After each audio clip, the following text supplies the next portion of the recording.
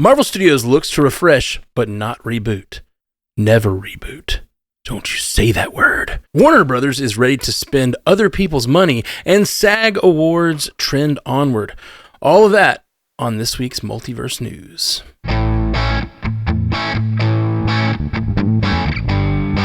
Welcome to Multiverse News, your source for information about all your favorite fictional universes. My name is Matthew Carroll, and on the panel with me today, we have Jay Sisson. What's up, Jay Sisson?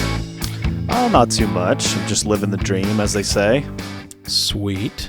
That's always good. I feel like everyone that says that, this is not a reflection on you. You don't normally say that. But I know a lot of people who say that as like their main response when you say what's going on. I feel like they never mean it. Like they feel like always like they're sad. No, that's sort of the joke, I think, at this point. You know, Yeah. it's like Yeah. we've become very well versed in like professional speak. You know, Yeah. and that's Yeah. sort of living the dream is kind of like the cherry on top of like office speak. Yeah, it is. It is. All right. Glad we could have this talk. Sorry. J. Scotty St. Clair, what's happening? I'm reminded of another idiom. I could complain, but no one wants to hear it, right? We should all come in with idioms. And Haley Hobbs, what's happening? Oh, happy end of February. Oh, yeah. It is. I can't believe it. I forgot it was a leap year, and I was looking at the calendar. I was like, oh my gosh, it's like tomorrow. And I was like, oh, one more day. Got a little bit more time to fulfill all of my February goals. Okay. Let's say thank you to our 5-star review for this week, JX Sizzle, which I can only assume that username is that's the username of two large monsters that fight. JX Sizzle says, this show is awesome. What a great way to get all of my news for all of my favorite fictional universes. A big huzzah to Multiverse News. Thank you, JX Sizzle. You big monsters, you. Huzzahs all around. Huzzah to you, sir. Well, let's get into the news this week. First up, The Hollywood Reporter released another in-depth article about the going-ons at Marvel Studios on the tail of the successful Deadpool and Wolverine trailer, Fantastic Four casting confirmation, and X-Men 97 release date. The MCU appears to be setting itself up for a return to success. Jay, tell us about it. Yeah, so we'll kind of go through what I think are the highlights from this article, just sort of one by one from sort of like biggest thing that was dropped and then just kind of filter down from there. This was a really interesting article, and it was quietly dropped just sort of in the middle of the week, and it didn't really do what the last sort of expose on the MCU did that we covered that was in Variety, which was much more negative about the future outlook of the MCU. This one was, I guess you could categorize it as positive. It does speak to this idea of retooling, which is what was used in the title, right? That Marvel Studios is looking to kind of take the direction that they've been going in ever since Avengers Endgame and make a few core changes to what that model looks like now. And the biggest piece of news, I think, that was dropped in this, which, again, was not the lead, it was kind of buried, like, right in the middle of a sentence, right in the middle of the article, is that it seems like it's well known in the industry that Avengers, which was formerly known as Kang Dynasty, Avengers 5, will no longer be called Avengers Kang Dynasty, that right now it's officially dropped from the title. And we've speculated on that. When Jonathan Majors was fired, we speculated on the idea that Kang would probably be a character that they would minimize or just move away from entirely. But then we started hearing rumors like Colton Domingo's kind of being courted as maybe being somebody to step in, and we kind of warmed up to that idea. But I think this, and I'll be interested to hear your all's thoughts, and we'll kind of talk about this for a little bit, like this, I think, makes sense. I mean, from the beginning, this is what I said, what I thought would happen would be that they would move on from this character.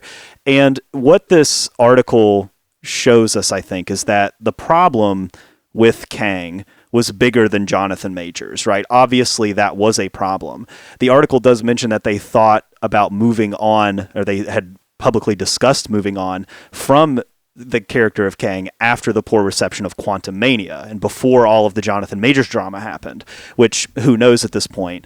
But ultimately, I think it speaks to this bigger issue that maybe the audiences aren't as into the idea of the multiverse as Marvel thought that they would be, right? That maybe the multiverse didn't really take off like they thought it would, and that could speak to the flaws of just the multiverse story. It's hard to keep up with. People are tired of the cameos, all that type of stuff. Or does it speak to the wider problems like not having your core heroes that you had in the build up to the Infinity Saga, right? Or is it just both, right? On some level. But I think to me, that was the biggest piece of information to come out of this. Like, it seems like they want to sort of steer away from this character. Like they want to move away to something else. That's really interesting that you bring that up. Like, one thing I've always talked about with Marvel, and especially with their sort of like tension with DC, is that like a lot of times those studios were making the same movie a lot of times, like Batman v Superman, same time as Civil War. You know what I mean? Avengers came out and shortly after it was Justice League. Like they're really, and it seemed like Marvel always got the drop on DC, but the multiverse as a concept, I think, is more niche than people think. Like, we as comic book fans, we think of it as just a tool in the arsenal, but I think more casual fans think of multiverse and they go like, oh, I've seen multiverse stories, like it's like it's a genre of story almost, and it's being done so well by Spider-Verse, and it's being done to varying degrees in lots of media right now. So I think that it may have been doomed from the beginning because it doesn't have that ability to feel novel like a lot of the Marvel stuff has up until now, or beating other studios to the punch when The Flash is doing it and you're still got 4 more years of Multiverse Saga to go. It feels like you're a little behind the punch. Well, you mentioned The Flash, and I think about the Flash TV series did it even well before the movie. So, oh yeah. In terms of like the multiverse not being as novel a thing these days, I think that's really true. And whether or not they were shot in the foot from the beginning, that's what I push back on a little bit more, because I think there's the potential to really push the envelope there, and we are seeing like other properties or other studios take the idea of the multiverse, and I feel like they're doing more with it than Marvel is. Like Everything Everywhere All at Once, like that took the multiverse and did something like really unique with it. And you got a movie like The Multiverse of Madness, which I love. I love that movie, but one of my chief complaints with it is like we visit like 3 verses that we spend any significant amount of time in. The rest of it is a quick montage that we got in the trailer. Mm-hmm. So yeah, I do think like it's a little bit of column A and a little bit of column B when it comes to the reception of the Multiverse Saga. But another kind of like throwaway piece of news that came out of this article is the fact that Bob Iger went on record to say that he's most excited for Brave New World. And I take that with a pretty massive grain of salt, because it's like, yeah, I mean, that makes sense. Like, you're not going to say Deadpool because that's the rated R one and you don't really want to be associated with that one. But it makes sense that you're going to say the next movie that's coming out is the one that you're the most excited for, because you've illustrated time and time again how you're really all about the money. But, that being said, I too am excited for Brave New World. I'm a little bit more excited for Thunderbolts just because of the cast, but I really do think the potential for Brave New World to like really drive home some of that connectivity and some of those callbacks to the previous sagas that we're kind of longing for is there. Last thing I'll say, again, in terms of the Kang Dynasty title, I look forward to the day when we're a few years removed from this and Marvel can kind of like have a laugh at it and poke fun of themselves like we're seeing that they're doing in Deadpool and Wolverine. And I can't wait for the series Howard the Duck Dynasty. Like, it's going to happen. Just coming up with those cursed titles already, Scotty. That's great. That's what I'm here for. It's wonderful. This article, coupled with some comments that Bob Iger said during the quarterly earnings call, is interesting. He basically said we're going back to formula. I'm paraphrasing and putting my own spin on it, but that's kind of what he said. And what it all tells me is that we jumped too far too fast into the multiverse post-Infinity Saga. Because a lot of what we've said and what other fans have said is that we're missing information about what happened right after Endgame. And we just jumped into all this other stuff. And they did it with some of the projects, but not all of them. And then they went to too big. And so they're scaling it back, which we knew they were going to do and they needed to do anyway. It's all of that coupled with all of Kevin Feige trying to take his hand off the wheel, trying to direct a Star Wars movie. Can't do that. He has to go back to Marvel.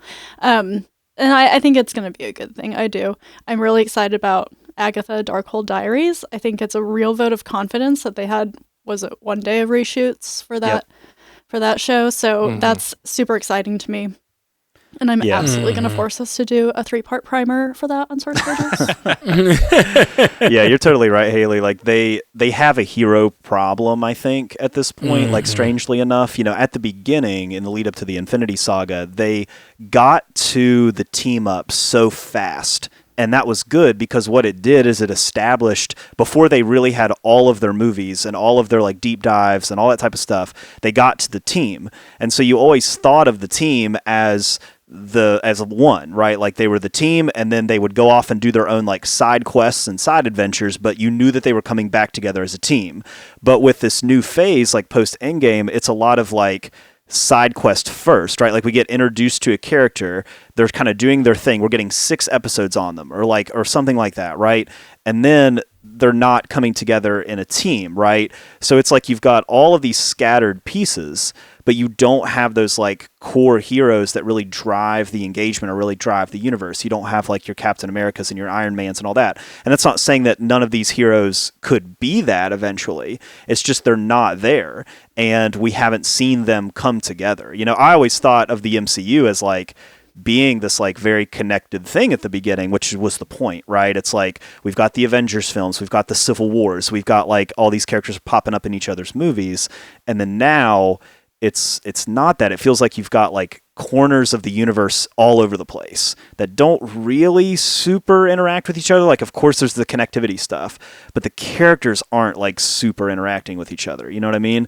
And so it's like that hanging that on that universe is difficult. And I think it sort of explains why maybe there's been a lack of interest at the box office on some level in Marvel properties, or lack of interest on Disney Plus or whatever in some of these properties. But all that being said, this article speaks to like that is the focus. Like that's the focus of Kevin Feige, is to say we recognize that, and when we say retool, we realize like we need those stars, like we need those like core heroes that people kind of see as like the foundation, and then we can build from there. But we sort of shot a little too fast out of the gate and try to gather the heroes before really like having a purpose and having a direction for a lot of those characters. I think it's very much part of the problem. The thing I always said about Phase 1, and there was a big complaint from a lot of quarters of the world of wanting to complain about Marvel, was they had a villain problem. They never like built up these big villains, and they would just kill off their villains after one movie or whatever. That was like a big complaint for like 2 full phases. My argument was always, that's because these movies aren't about the villains. Like they spent their time building characters. And I'm wondering if like them trying to introduce this sort of overarching plot so quickly with the multiverse and other little overarching plots they're trying to introduce, if they're losing that hero focus. And like you said, those heroes don't have their own personalities. We don't know who they are. They don't have as much direction for us as some of the ones from Phase 1 and Phase 2. And yeah, I think they should have, if they're lost their whole slate of all their teams, they need to spend time rebuilding those characters from the ground up. And I do think they sort of jumped into this multiverse idea a little quickly. Yeah, there's another thing in this article that's mentioned too, that there seems to be like rewrites going on for some of these scripts. And so it does mention that Eric Pearson, who did a little bit of script cleanup for Black Widow and Thor Ragnarok, was actually hired to finish the Fantastic Four script and polish it. And then the Bear showrunner, Joanna Calo, was hired for the same reason, to take a pass at the script at Thunderbolts. And this was all new information. Like, these are not super well-known names. They seem to be people that Marvel likes because they've worked with them before. But that speaks a little bit on the fact that we haven't heard a whole lot about the direction of these projects. Like, one of the articles that kind of got out there that was sort of accompanying this one was saying that in the original script for Thunderbolts, that they were all going to die. Like that was going to be how it ended, was that they were going to kill everyone and sort of do a Suicide Squad, I guess. And seemingly, since that is out there, that is not the case anymore.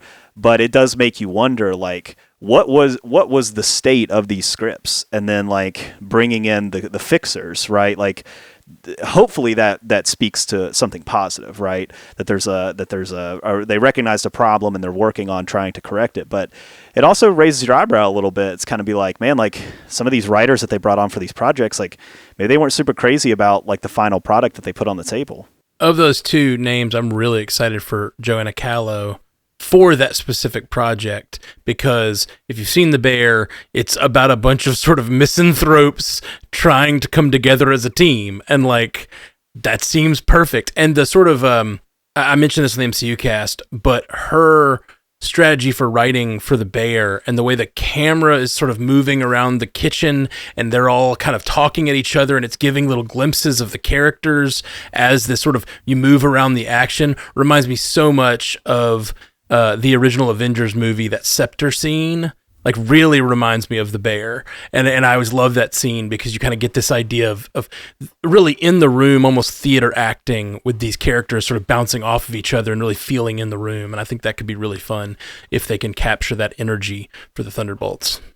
Yeah, the addition of Joanna Calo is what stands out to me as well, and it does make me think about like the timing that all of this took place. Yeah, we're getting this article all at once now and all of these revelations now, but I do suspect that all of these things like kind of like took place over the course of months and weeks rather than all just like kind of happening right now. And it does make me wonder about, you know, like we talked about Ayo Adebiri being considered for a role in Thunderbolts that ultimately went to Geraldine Viswanathan. I guess they're gonna be like Val's, you know, confidant or assistant, what have you. And it's interesting because The Bear keeps garnering all these awards, like as far as the Emmys go, and it keeps getting credited as a comedy. So like my knee-jerk reaction is to think, oh, like they're trying to inject the script with some comedy, but there keeps being the pushback to whether or not The Bear is actually a comedy or not. So it'll be interesting to see what that script actually looks like and how much comedy there will be. Yeah. Yeah. Last thing that we haven't mentioned yet is the fact that there was no news or talk about the Blade movie from Bob Iger when he's mentioning the 2025 releases. So it seems like it's very possible there won't be a Blade movie in 2025, which we've talked about a lot and is pretty likely the case. We may never see that Blade movie. I've asked this on this show before, but when did Mahershala Ali got brought out on stage? Like that was like 2018 or something, wasn't it? Like wasn't it like that long ago? It was a long time ago. It was a long time ago. I don't know when it was, but it was probably pre-COVID kind of situation. It's wild. I don't know, man. Yeah. All right, moving on to our next story. After Joker, Fully Adieu, director Todd Phillips shared character photos on Valentine's Day. Variety revealed Warner Brothers is spending $200 million on that sequel. This news, on the heels of Tom Cruise's non-exclusive contract with the studio, sparked one source to say that Warner Brothers is playing with other people's money. Coupled with our knowledge of their 2023 box office success, what do these large expenditures tell us about the future of Warner Brothers? I do think this is a little bit of an overreaction in terms of like a $200 million budget. Yeah, that's big, and that's a lot bigger than what we saw with the original film, but it's still not entirely outlandish. Like we saw Disney throw $300 million towards Indiana Jones and The Dial of Destiny last summer, and that did not pay off. But then I'm also hearing rumors about like the Gladiator 2 budget, like getting upwards of like $310 million now. So $200 million still seems, rather conservative, but my fear is like with Todd Phillips, like looking at his filmography, like I love that first Hangover film, but I don't care for the sequels. And yeah, the Joker seems like it's going to be bigger and better. It's a musical. It's bringing in the addition of Lady Gaga. So we kind of talked in our chat, like I haven't seen the specifics, but I don't know what kind of back-end deal Lady Gaga has in terms of like the music and what her rights are and what her take home is going to be. But, not being the most versed in when it comes to musicals, like I have musicals that I certainly appreciate. I think it makes sense when the production is increasing in scale like this. You're going to see that reflected in the budget, but $200 million feels right to me. Considering that the first one brought in $1 billion, I don't think the second one will perform quite as well, but it has a chance of doing, reasonably well. And I think it could still have a decent return on investment if they're conservative about the budget going forward. Like, hey, we're at 200 million. Let's like kind of pump our brakes and make sure we are responsible going forward. Because if not, I think Todd Phillips runs the risk of like earning a reputation where like he is not going to be afforded these opportunities going forward, no matter how well this film performs. Yeah, I think 200 million's pretty wild. Like I was shocked when I saw that, and Joaquin Phoenix 20 million is a fat check. I'm surprised that he, I'm assuming he has some sort of like deal on the back end of this movie, but like to me, like that's an enormous chunk of the budget. And I mean, the movie doesn't happen without him, so it makes sense. Like he's got that leverage to be able to do that. But looking at this, like a $200 million, I'm wondering first, like where's that all going within this whole thing? Like, I mean, clearly salaries are a big part of that. But two, like the first one had a budget of 60 million, right? And made $1 billion. And it was a risk. I mean, you're talking about a rated R movie. You're talking about like a character that is a villain that's supposed to be a villain of Batman with no Batman. You're talking about like a movie that's happening at the same time as these characters exist in other movies, right? So you're making a Joker movie while there's like active Batman things going on. So it was a risk on a lot of levels, but that the reason why it was allowed to be a risk and he was allowed to make it as a risk is because it only cost $60 million, right? So then he goes out and that gamble obviously paid off. Not just the money, but the awards and everything, like it paid off huge. So now like with the 200 million, it can definitely return on that investment. I mean, it's going to cost you at least another 100 million to market it.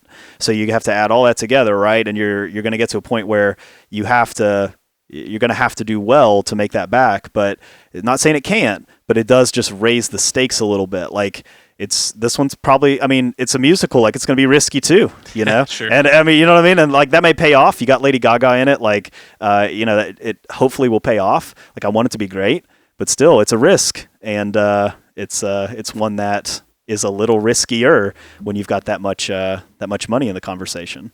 Warner Brothers is trying to capitalize on anything they can at this point, and they're also, what we're not talking about from this article is the way they're trying to acquire properties and people and contracts and stuff without them having to put a lot on the table. And that's very interesting to me because they hold so much lucrative IP, which we've talked about before. The Tom Cruise non-exclusive contract is fascinating because they were talking to Paramount and then they weren't, but they got Tom Cruise, who has his stuff on Paramount. And this week, I think Paramount and Peacock are in talks to combine their streaming services. And so it's just another piece of that puzzle of how do we keep our corner on this market with all this great information and all these great characters that we have and still make money when we're coming off a $1.4 billion Barbie year, plus all the other successful things they had at the box office, because Wonka was theirs, and they kind of had gangbusters last year. So yeah, I find all their moves really kind of calculated in a way because they don't want to put the dollar up, they want somebody else to. I think Zaslav's gearing up to sell Warner Brothers. I mean, and the industry thinks that too, and he doesn't say that obviously, but Watch what he does, not what he says. It speaks a little bit to it's just the moves speak like this is a company that is gearing itself up to be sold at some point. Which the industry thinks will happen, by the way. Yeah, and per the article, they mentioned that, and they mentioned the fact that like there was some sort of like 2-year moratorium on such deals, and that's about to expire. And then in the middle of that, they're like putting all this money into these properties that makes it. They in the article they analogize it as painting a house before you sell it. Like trying to pump the price. Like look at all these shiny things we own, and then somebody come in to buy the. Yeah, sounds like another Walter Hamada. I don't know enough about Walter Hamada. He was the head of DC for a long time. Oh, okay. Sorry, it was before I was on this show. We didn't talk about it. I don't know. Okay. Hey, maybe we'll finally get Coyote versus Acme. If he sells it. Yeah. That'd be a way for whoever bought this to like. No, if they write it off on their taxes, we're never going to see it, because then if you release it, then the government's going to come knocking. They're going to be like, "You got that money? We want it back." Yeah. So yeah. All right. The 2024 SAG Awards took place on February 24th and aired on Netflix. As the Actors Guild votes on them, these awards are only for acting in movies and television. Several awards have followed suit to others this season, with a disruptor being Pedro Pascal winning for Outstanding Performance by a Male Actor in a Drama Series for his portrayal of Joel in The Last of Us. We're headed to the big one, the Oscars. Anyone have any hot takes? I have a hot take. I have found this award season to become a little monotonous. We're hearing the same things get all the awards at all the things. And having seen all of the contenders for Best Picture at the Oscars, I'm a little bit kind of like, this is a little boring, Hollywood. Like, the choices feel real safe to me. And I'm sure I'm going to be disappointed in the Oscars stuff too, but there were so many amazing out-of-the-box contenders for stuff this year, and all I've seen get awards is Oppenheimer, The Bear, Succession. I don't know. It's just kind of a bummer, to be perfectly honest. For sure. I feel the same way. Some of the out-of-the-box stuff we've seen doing our Oscars watch over on Bingers Assemble, I'm so much more interested in seeing Poor Things get some Oscars, even though I understand. I mean, I don't want to take anything away from Oppenheimer. It's amazing. It's, lots of people working at the top of their game, but it's, I don't know. I don't want to say it's safer as an awards movie, but it is. I mean, like the Poor Things and a few of the others in contention just do weirder things. I really want to see movies do weird things to win Oscars. And I think Oppenheimer is like making great film at a high level, but it's not weird enough for me. I want some weird stuff. Well, not even weird, but just like artistic. Like, yes, film is an artistic medium, and yes, Oppenheimer is an amazing film, and Christopher Nolan is a wonderful filmmaker, but I don't know. I've been really floored by some of the other stuff I've seen this year, and yeah. Artistic is a great word for it, because I think of art as like the spark of creativity mixed with like the craft of great work, and that is what art is to me. And like, but for that spark of creativity, you kind of need like something out from left field to me. You need something interesting to enter the battlefield of the movie you're making. And I think that Oppenheimer is a really well-crafted movie that and I think Christopher Nolan in general, he has an idea and then it's a puzzle box and he puts it together beautifully. Like, he comes up with the perfect way to make that movie. But with the exception of Tenet, maybe. I don't know. I like Tenet. I like Tenet. Oh, no. I was going to say, I wasn't saying anything bad about Tenet. I was going to say a lot of his movies feel like there's a big idea and then he solves for, well, I guess Tenet may be that way too. He kind of solves for X to figure out how to make that idea work. Okay. And like, it's not as much weirdness infused in the idea. It's more like, how can I explore this idea fully? And I think Oppenheimer's that way. But I guess Tenet kind of is too. I was going to say Tenet's weird. Most of his movies don't feel as weird as Tenet, but Tenet is also sort of the same thing. Like, what if things went backwards? And then just like fully explore that idea. Yeah, I think it's fair to say that Tenet is probably one of his more like inaccessible films. Like, it takes a couple of watches to really sink in. But Haley, in terms of like, your criticism of like the awards season feeling kind of monotonous, I'm with you. I think that's a fair criticism, but I think that is an opportunity to give Davine Joy Randolph a little bit of credit and praise there, because she's had to give so many acceptance speeches, and this one was a little more subdued, but I give her credit for that, because it seems like she's like kind of like, saving her final stuff for that Oscar. That seems like it's pretty much an assured thing. Like, it is hers. If it's not hers, like, what the hell are we doing? She's been the most consistent recipient, I think. Yeah. Robert Downey Jr. maybe. For sure. But the other element that has kept it a little more entertaining for me is the Cillian Murphy, Paul Giamatti kind of like, neck and neck race for Best Actor. And the SAG Awards don't really have as much of an impact on the Oscars per se, because the voting for the Oscars actually already closed before we got this ceremony. But I do think had Paul Giamatti taken this win at the SAG Award, it would have felt a little bit more like the Dark Horse had a better chance. And he still has a total chance, but I really do just think this is Killian's award. And apart from the film side of things, where it might have felt a little stagnant, on the TV side of things, we did have, Pedro give that very impassioned off the cuff impromptu speech, which was, really heartfelt and just endeared me to him even more, despite my criticisms regarding his casting. I am excited. Yeah, man, I thought the same thing, Scotty, whenever Cillian Murphy got that award, because the SAG Awards, at least if nothing else, they can help us have a little bit of a window into how Hollywood thinks, right? And we can kind of see, this is sort of where the heads are pointed, right? And so even though it doesn't necessarily determine who's going to get the Oscar, it still helps us kind of see where the headspace is. And so for Cillian Murphy to just clean up this award season, I think it just, like you said, it's sort of, it would be a complete shock to me if he doesn't win that Oscar at this point. Just with the way that the award season has gone, it would be a complete shock if Oppenheimer doesn't win Best Picture. And at this point, it would be a complete shock if Robert Downey Jr. doesn't win Best Supporting Actor. So, I think we're seeing it come together. It's slowly but surely, but we're kind of seeing these puzzle pieces come together, and we'll put the final piece in, and I think a lot of it will just sort of make sense after all this.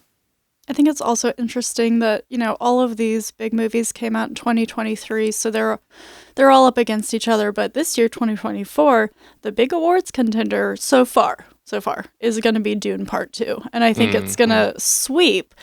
And so it kind of benefits from, I looked at a list of films coming out this year. I don't know a lot about a lot of them, so I don't know what will and won't be a big awards contender. But I think Dune is going to be monotonous next year. Not that it won't deserve it, because everybody's saying it's the best movie of all time at this point, but it's just kind of interesting, when we have all these good movies and all these actors and actresses who are excelling at such a high level put against each other, instead of trying to reward all of that. I'm getting into participation trophy territory, I realize, but I guess I just find it to be a little disappointing. There are conspiracies out there about the release date for Dune being moved intentionally to increase support for Oppenheimer, so that, Christopher Nolan could in turn support Dune. I think that's why I'll put my tinfoil hat on. Yeah. I think that's why the IMAX thing happened, where they're going to put Tenet back in IMAX, because it shows you a special look at Dune when you go see that, when you go see that Tenet run in IMAX. And Nolan and Denis Villeneuve, they're boys, they they help each other out. So yeah, I think you're dead on with that. Dune's going to clean up, if nothing else, they're going to clean up all those Oscars for effects and costumes and all, they're going to get all Lord those. of the Rings, it's the epic, right? All these movies this year are, in a way, they're kind of on an even playing field, in that they're all crafted so well and written so well and directed so well. That's not really going to be the case next year. Dune's going to blow most things out of the water, probably. I will caveat. Yeah, you're probably right, but also of the things this year, if I look back 12 months ago, I don't think I knew 8 of the movies that are in the Best Picture category Which were is why coming I'm out. saying probably. Yeah, so it's very possible there'll be a bunch of smaller movies this year that feel oh man, I wish they could contend with Dune, but again, Dune might be the one that's sitting on top of everything, like Oppenheimer this year. All right, well, we're gonna take a quick break. We'll be right back with a lot more in the lightning round and the Spotify poll after this. Welcome back to Multiverse News. First thing, we're going to turn to our Spotify poll. We asked which of the Fantastic Four cast makes you most excited. We had Joseph Quinn as the Human Torch at 11.6%, Ebon Moss-Bachrach as the Thing with 15.9%, Vanessa Kirby as Invisible Woman with 31.9%, and the winner is Pedro Pascal as Mr. Fantastic, 40.6%. What'd you guys think? Did you see Pedro's inebriated post-awards show talk to Entertainment Tonight where they were like, hey, you got some exciting news in the last couple of weeks? And he was like, it's all for you. Trust me. Trust me. I was like, I love you so much, Pedro. And I was like, I do trust you. Like, and then he kind of went into a more like lucid explanation of how he was excited to be part of it and that they're really crafting a story to be proud of. So I don't know. I'm just increasingly excited about this casting. He also mentioned that they do have a Fantastic Four group chat, which was started by him. So cute. So, Daddy. You gotta love it. You gotta love it. Fulfilling so those daddy. leader duties, yeah. Yeah. Eben Mosbachrak was on Jimmy Kimmel and talked as well about the fact that he's known he was the Thing since August. Since August, Jay. Since August. Yeah.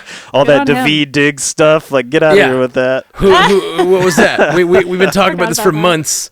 He's known. Now, it really makes me curious if more of them have been decided longer and we just didn't know. Man, who knows at this point? Yeah.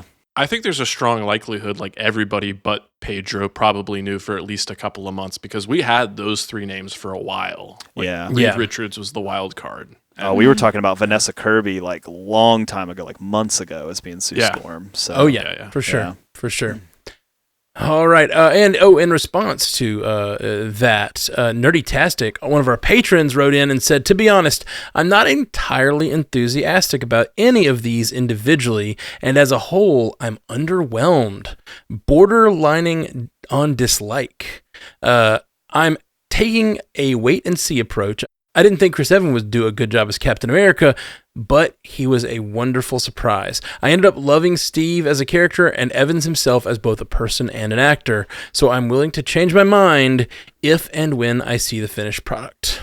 And I think you can attribute a lot of that to the general discontent that's been surrounding the MCU. We don't have a lot of trust with them right now. We're building it back up, though. Yes, we are. Yes, we are. Brick by brick, piece by piece. Loki by Loki. Mm-hmm. And speaking of, Nerdy-tastic is one of our patrons, as I mentioned, and that's how she got her little thing read on the show. If you want to do things like that, you should go to patreon.com/multiverse newscast and join our Patreon, $4 a month. Supports the show, keeps us going. Thank you for everybody who's been joining. And I hear we still have a giveaway that's about to end. Yeah, our really awesome, stylish Multiverse News coffee cup, in which there's only one in existence. It'll be exclusive, and you could have it if you're a patron. Now, I'm drawing the name for that on the 29th. So if you're listening to this on the day it comes out, that is tomorrow. So I'll wait till the evening. I'll give you a little bit of time. But you gotta get in there. All you gotta do is be a patron. You don't have to do anything. You just be a patron at the paid tier, and you're entered to win. So come on over and do it sooner than later. I mean, we do stuff like that over there all the time. So you're more than likely going to win something eventually. Longer stick around over there. Yeah, we love our patrons. Thank you so much, everybody, for joining up over there. It really means the world. Thank you for being a patron. we even Scotty's going to record a whole album for the patrons. That's right. Oh That's my right. God, that's a fantastic idea. Leonie and crack Courtney. Yes. No, we're doing that now. We'll start prepping like a Christmas album or something, but it's just Scotty like singing Christmas songs, like totally a cappella. It's like, man, this thing's 12 tracks. But they're all like 30 seconds each. Yeah, you know me too well. That's set expectations. Thank you. I truly, truly love this idea, especially it's happening. as a musician and as like, oh, let's make a Multiverse News album. Nope, Jay Scotty, you do it. Hey, we're cooking. I really, really love it. Let us cook. You can do the album artwork. Okay? Yes, I'll do the album artwork. Absolutely. Yeah, we'll flip roles. All right, let's move into the lightning round. You guys know how this works. I'm going to read a story, and then each of our participants here on the panel, including myself, will scream out their name if they would like to claim the story. First one to say their name will give a reaction to the story, a take, if you will, and we get one rebuttal per lightning round. So here we go. Ryan Gosling will perform I'm Just Ken at the Oscars on March 10th. Haley. Yay. And I hope all the Kins come on stage with him. Definitely. Yes. If he doesn't twirl Simu and Kingsley Ben-Adir. Kingsley Ben-Adir into his arms and have them kiss him on the cheeks. I'll be sad. Josh Brolin is in negotiations to star in Weapons, the New Line horror film from Barbarian filmmaker Zach Krieger.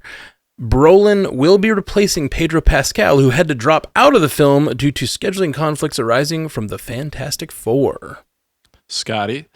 Yeah, this seems like a win-win-win to me. I mean, obviously Pedro has, commitments to the Fantastic Four, and I absolutely loved Barbarian, so I'm really excited for Zach Krieger's follow-up there.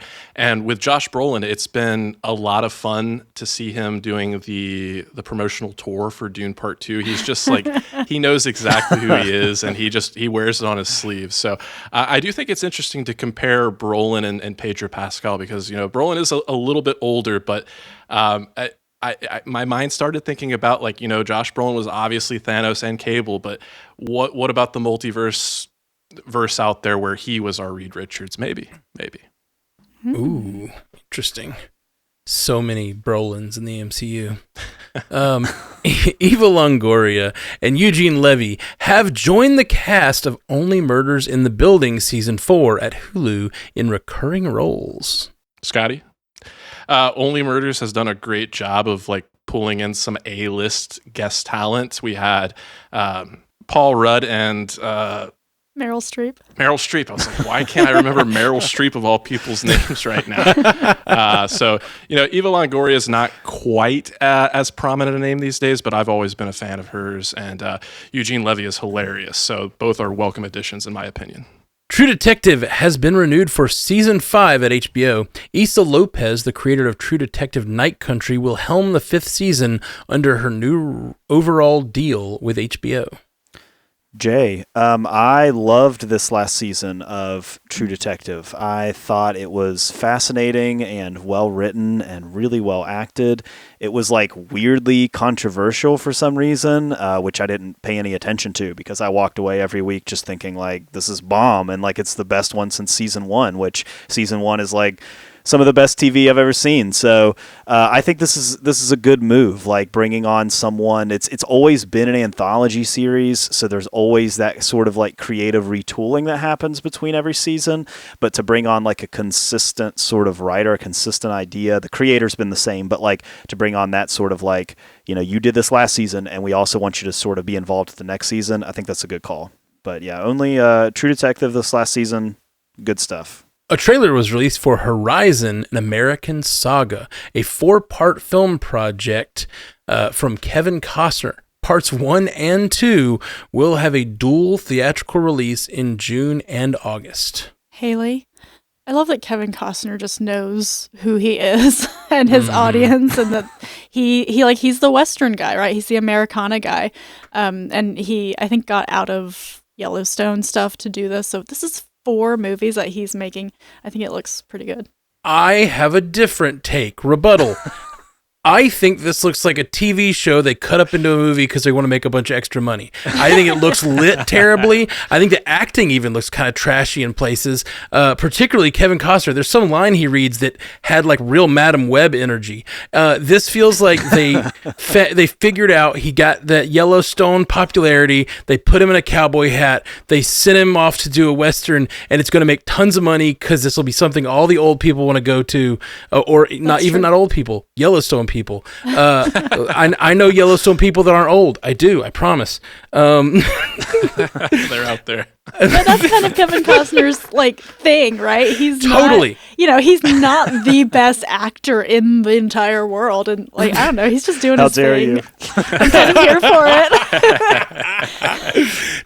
He's remember Dances with Wolves? I'm going to do, something kind of like that again. Yep. This is totally a smart business move. And putting out, it is a way, we've talked a bunch about getting butts in seats and what would do it. Mm-hmm. And putting out 4 movies and I'm guessing it's going to be 2 one year, 2 the next maybe. Something like that. That's a way to maintain buzz around something, and it doesn't even have to hit that Twitter buzz. It has to hit that weird Yellowstone buzz that's somehow under the surface where people are talking on ham radios or whatever. I don't even know, but I think they're on Facebook. yeah, you're right. Like I said, ham radio. That's what I call Facebook. I have a soft spot for Kevin Costner because of Dances with the Wolves. My dad and I watched that movie a lot. Yeah, I have a soft spot for him too. That like Robin Hood movie he did, I really loved. Yeah, it's terrible. I love it. I know I loved it so much growing up. Ooh, Tin Cup, Waterworld too. Like I feel like I was about to throw out Waterworld just to have a take and be involved. Yeah. Oh, sorry, Jay, I didn't mean to cut you off there. No, I do not like Waterworld.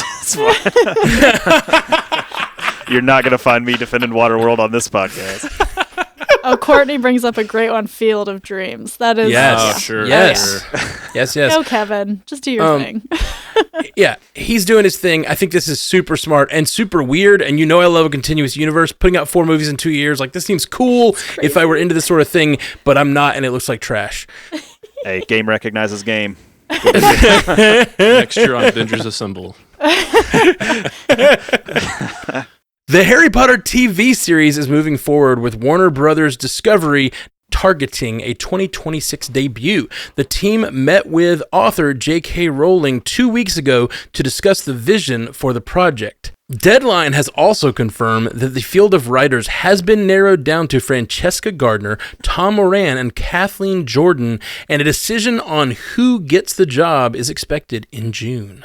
Jay, I think this Harry Potter project is fascinating because of the scale of it. I like Harry Potter pretty well. I mean, I read all the books and saw the movies and all that.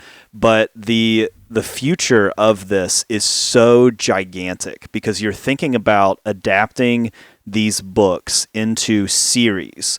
So you're immediately working with over 10 years of production, like it just minimum, like as a floor, that's what you're working with. So you have to nail everything. Like you have to get the casting and you have to get a cast of people that are going to stick around for that entire thing. And you're not just talking about the kids who are obviously going to be super important. Like you're going to have to nail that trio of like Ron and Harry and Hermione, because those 3 people, just as like Daniel Radcliffe and Rupert Grint and Emma Watson did, like we watched these 3 grow up before our eyes, right? With this franchise, like you're going to have to do that again. So you're going to have to watch that happen. And then you're going to have to get like Snape and Dumbledore and like all of like these like older characters too. Like they're going to have to be there for a decade plus. And so to me, like that's a really interesting and really unique thing, because you start a show and you cast people and you're like, man, we really hope we get another season, like we're just going to throw everything at it, and then you just hope that you can keep making the show. But this is a show it's going into production going like, all right, strap in, like we've got 15 years of series to make here and spin-offs and all this type of stuff. And it just like that's fascinating. Like the casting for this has got to be insane, like in the way that they're trying to lay out like how that whole thing's going to go down. And I just can't think of anything like that we've ever seen before, where you're starting with that grand of a vision that you have to nail down so early, and then you have to keep it for that whole time. Yeah. Scotty, with a quick rebuttal, I will say if you're excited for this news, go check out friend of the show, Sarah Day McDougal's podcast, Peeves Gabfest. They're basically doing a reread of all the books, and it'll be a really good kind of primer for you going into this series. Yeah, for sure. Friend of the show, Sarah Day McDougal. Star Wars series The Acolyte is currently rumored to premiere on Disney Plus on June 5th. This was not confirmed or denied by Disney. Haley, which means it'll happen around that time, maybe. The Acolyte looks really cool if you're into dark Star Wars, Sith Star Wars, murdery Star Wars. All murders in the Empire. Only murders in the Empire. I totally failed that joke. Now. Come on, that was a Fumbled terrible. at the goal line. The 4th season of Amazon's Emmy-winning drama The Boys will debut with 3 episodes June 13th and continue weekly for a total of 8 episodes. Jay, that seems like The Boys is going to go for at least another season after this one, is like the kind of the rumblings. That has not been confirmed, but it seems like that is the direction that it's going. To me, I was always interested. just am really fascinated by this show. I think the show is so well done, and it's like doing things that no other show can do in terms of like the points that it makes and the stories that it tells. And I think the stakes have been raised so high, like the tension has been raised just consistently over every season, and it's at an all-time high right now with the way that the last season ended. So I'm really interested in it. But with the introduction of Gen V, which I loved, I think it just kind of like brings in a whole new perspective with this. So yeah, I think, I think that show is extraordinarily popular. Like, I think it's going to continue to just grow in like the Emmy conversations and like all that as it just continues to kill it. I mean, it's doing great. Absolutely. Destin Daniel Cretton, who co-wrote and directed Shang-Chi, has been tapped to pen and helm a live-action adaptation of Naruto for Lionsgate. Scotty, I'm going to rep for my Animation Deliberation co-host Zuhair here and voice his excitement. I know he is a massive fan of Shang-Chi for the action and got about 99% certainty that Naruto is his favorite anime. So definitely excited for him, and I'm excited to see what this thing is going to look like. All that being said, I hope that this does not impact his commitments to Marvel or a Shang-Chi sequel in any way, and hopefully it speaks to, like the other projects he was involved with, like Wonder Man, like those being in a really good place that he feels confident to go and, stretch his creative sensibilities elsewhere. A trailer dropped for Boy Kills World, a post-apocalyptic film starring Bill Skarsgård. Scotty, yeah, if you haven't seen this trailer, do yourself a favor, pause the podcast right now, go watch this thing, because this thing is absolutely wild. Like, we talk about movies needing to go balls to the walls. Like, I am just 100% here for everything that's happening in this trailer. Like, H. John Benjamin as a narrator for a mute protagonist, like it just looks awesome. We need more. You talk about weird movies being in the Oscar races. We need more movies like this. Rebuttal, even though I already used it on Kevin Costner. Sorry. It doesn't count. This trailer got me excited for this, and I just had to call out, this had the energy that I thought that Borderlands trailer was going to have after that 9-second when we watched. They released the full trailer the day after we dropped our cast, and I was talking about how excited that 9 seconds made me. Full trailer, a complete disappointment. It's just like, it gave me like Jumanji energy. Like, it just had like weird Kevin Hart and Jack Black. Kevin Hart and Jack Black, exactly. It had like that same comedy patter of that sort of movie, but it had such a cool visual style. I thought that we were going to get something like this trailer, and this trailer has all that weirdness, post-apocalyptic, cool, fun stuff that I thought I was going to get from that. And so this is my Borderlands of the week. Okay. I like seeing Bill Skarsgård in this role too. Like he does a lot of those, like, I'm the creepy guy and I'm just going to stand over here and, be the creepy guy or whatever. Like in his movies. I feel like you just described this trailer. I didn't know where I was taking that, but you know what I mean? Like, but like in this, he's just like action hero, like balls to the wall. And yeah, I think it's a different sort of vibe than we're used to from him, which is kind of cool. Totally. I could be mistaken, but it looks like they got the kid from The Boys that plays Homelander's that is him. son. Yeah, okay, cool. Oh, cool. That's cool. Disney is going to release an expanded look at the Phantom Menace in their 25th anniversary comics for the film. Haley, I snuck all the Star Wars news in here this week. They're also re-releasing the Phantom Menace in May in theaters for this anniversary, so that's super fun. And I think these comics won't be just a retelling. It sounds like they're actually going to add to the story, so that's great. That's part of the album. Save it. What will the popcorn bucket look like for the Star Wars re-release? Jar Jar's just open. Oh god! Like from Beetlejuice. It's like Darth Maul, but you split him in half. Like it's like you oh peel my god, it back just like his this. Bottom half. Yeah. Oh man, They should hire us. Like we just that's a banger of an idea that we just. That's not bad. It's not bad. I like that. I like that a lot. Or like his head with his Zabrak crowns, and you pull the popcorn out of his brain. There you go. That's pretty gross. James Gunn posted a cast photo of Superman Legacy following the first table read for the film, set for release July 11th, 2025. A logo also popped up in some photos of the cast name tags and is rumored to be the official logo for the film. Filming is thought to begin this week. Jay, this photo is really cool. The cast just looks super fun. And I am reminded, though, when I see it, like how many people are in this movie, which isn't, I guess, a bad thing. But I just was like, I was going through the photo and I was like, all right, there's Nathan Fillion. Like, he's Green Lantern. Yeah, of course. Wait, Isabella Merced, why's she there? Oh, yeah, she's Hawk Girl.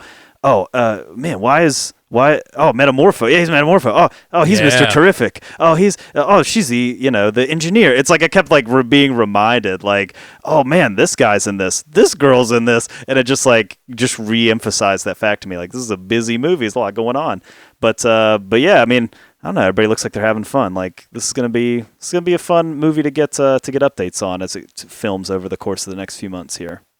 Teeny tiny response. James Gunn looks like he just like popped up out of the middle of that group of people. Like, and I'm here too. I love how David Cornsweet is in the back too. Like, I had to look for him. Like, I was like, "Where's Superman?" Though, like, he's literally Superman. It's way in the back. Maybe that's what this movie's going to be like. Superman. It's really about all the other characters. Superman's just like a background character. It's actually Rachel Brosnahan's movie. Yes. According to industry scooper The In Snyder, Lionsgate is reportedly in very early development of a remake of the 2000 horror classic American Psycho. Scotty? Okay. Oh, go ahead, Jay. I just talked. You go ahead. I'll tiny butt it. You. I was going to say, do you like Huey Lewis in the news? So you should probably take this one. I was just going to say that, like, I don't think this is the worst idea in the world, because I think, like, the idea of a maniac who's, like, a super rich and powerful person that has changed. Like, I could see you doing something really interesting with, like, social media and, like, tech bro and, like, you know, like, it's a different world now than when that movie was made. And I feel like you can still kind of keep the same aesthetic, but you can really say a lot more about our our culture that we live in now and how that world of like money and wealth and power has evolved.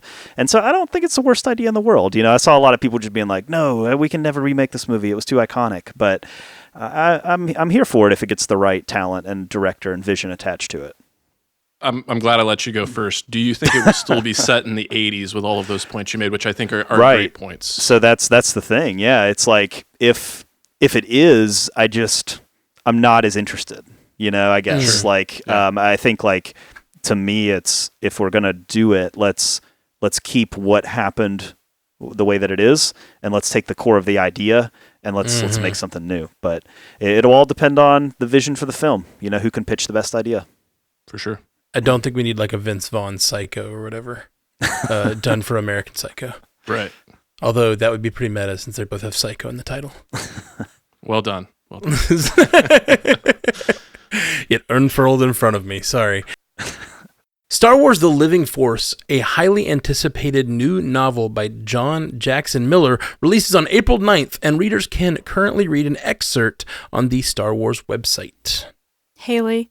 So we're following all the prequel news because this is a book that takes place a year before The Phantom Menace, and Qui-Gon Jinn fans will be really happy because it's basically him kind of questioning the council, which is what he's known for in the canon of the franchise. So yeah, it looks really good. Deadline has confirmed that a second season of critically acclaimed A24 series Beef is currently in early development and is targeting Charles Melton, Kaylee Spaney, Jake Gyllenhaal, and Anne Hathaway to star. Jay, I've been on record that I love the first season of Beef. It was one of my favorite shows of last year. It was made as a limited series, and so the idea of a season 2 makes sense because it was so critically acclaimed. But it does seem like with the casting announcement of who they're circling for these roles, that it will be a change in pace. So the core of the first season was about a feud between two people that had escalated. And so it seems like the idea here is like a feud between couples that escalates. And I think like the connection of Jake Gyllenhaal and Anne Hathaway is really cool. They've started a movie together. I forget what the name is. I think it's called Love and Other Drugs, maybe, or something like that. Like, so that sounds right. Yeah, so they've been in a movie. Kaylee Spaney recently played Priscilla in that movie. So, she's kind of up and coming. So that's an interesting cast, interesting idea. Like, I'm all here for more of that series if they want to keep making it. Yeah, absolutely. DC is rumored to be developing a Jurassic League movie based on their comics of the same name, with Brian Lynch of Minions and The Secret Life of Pets reportedly penning the script. Scotty. Yeah. I mean, you're taking superheroes, you're taking dinosaurs, and you're putting them together. It sounds like, a little boy's dream come true. So in that terms, like, it's an absolute cash grab, but I respect it, seeing the talent of, creators of the Minions and Secret Life of Pets, which are two Illumination film series that I have not watched at all and not super interested in. But I think it's smart to lean in that direction. And I did see DC League of Super Pets back in 2022, and I had no expectations for that whatsoever. Ended up being pretty delighted with that. So if this can be a similar situation, great. And if it ends up not being a movie for me, no harm, no foul. It'll have an audience. Kevin Costner's like, did somebody say cash grab? Texting Bob Iger right now. Yeah, tiny, but when I saw Jurassic League, I was like, is this another update on that Jurassic movie? That sounds like a complete change from what the next Jurassic World movie. Like, and I was like, my mind, like, I was 3 words into reading that part of the script when I was rehearsing, and I was like, oh, my mind was like spinning about Jurassic Sports, like a sports like Jurassic World movie. Why is this what? This sounds amazing. Give me a like riding raptors for, like, I don't know, horse races or something. I don't know, or like polo, but you're riding raptors and you have to avoid getting eaten. This is like the plot of a movie where like a 10-year-old becomes like the head of a film company or something, and he like, gets to choose all the movies. Dino Olympics. That sounds great. Disney is developing Tangled into a stage musical. Haley, I'm surprised they haven't developed Tangled before for a musical, because of the past 15, 20 years, it really lends itself to one. So I'm excited that they're doing that. Finally, we had to slip in some last-minute Dune talk. Dune Part 2 is currently the highest-rated film on IMDb. Scotty? Yeah, it is. Did you expect anything less? Yeah, boy. Are you not entertained? Yeah.